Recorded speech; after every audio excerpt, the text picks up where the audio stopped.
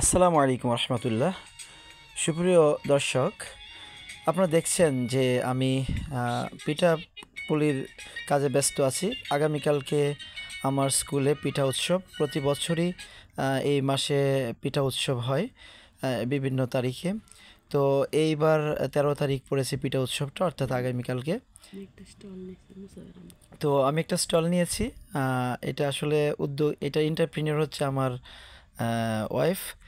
তো যাক, আজকে অনেক এলোমেলো ঘরে অনেক ধরনের পিঠা তৈরি হয়েছে। তো গত 2 দিন আগের থেকে অনেক ব্যস্ত ছিলাম। আজকে আপনারা দেখছেন অনেক এলোমেলো আছে, বিভিন্ন ধরনের পিঠা আপনারা দেখতেছেন, এই যে বক্সে করা প্যাকেট করা আছে। তো এখন সব আসলে দেখানো যাচ্ছে না। তো ইনশাল্লাহ আগামীকালকে এই সব কিছু আপনাদেরকে দেখাবো।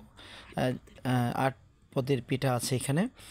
তো আগামীকালকে যখন স্টলে সব কিছু সাজানো হবে, তারপরে আপনাদেরকে সব দেখানো হবে। জাস্ট এখানে এই যে মশলা পিঠাটা আজকে এটা লাস্ট আইটেম ছিল। এখানে ধনিয়া পাতা দিয়ে খুব সুন্দর স্বাদের একটা স্পাইসি পিঠা বানানো হয়েছে। তো এটা দেখতেছেন মূলত এখানে। তারপরে অন্যান্য পিঠা আছে, নারকেল পুলি আছে, তারপরে হচ্ছে বিবিখানা পিঠা আছে, তারপরে চিকেন পুলি আছে, তারপর হচ্ছে মোরগ ঝাল পিঠা আছে, ভাপা পিঠা আছে, আরও কয়েক রকমের পিঠা রয়েছে।